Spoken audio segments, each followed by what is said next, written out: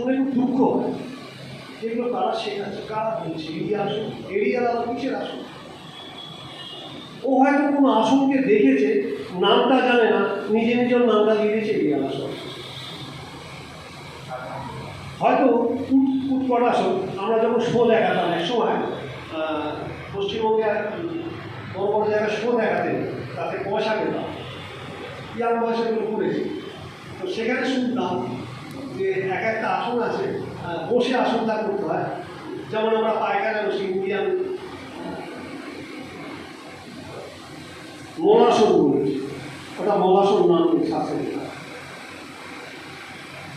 ওটাকে অনেকে লেবু গাছে আসন বলেছে, লেবু গাছে আসন নাম দিয়েছে। মানে হাওড়া স্টেশন লেবু গাছটা দেখেছে আমাদের বলে, ওরকম নাম দিয়েছে। এটা কিসে দাঁড়িয়েছে?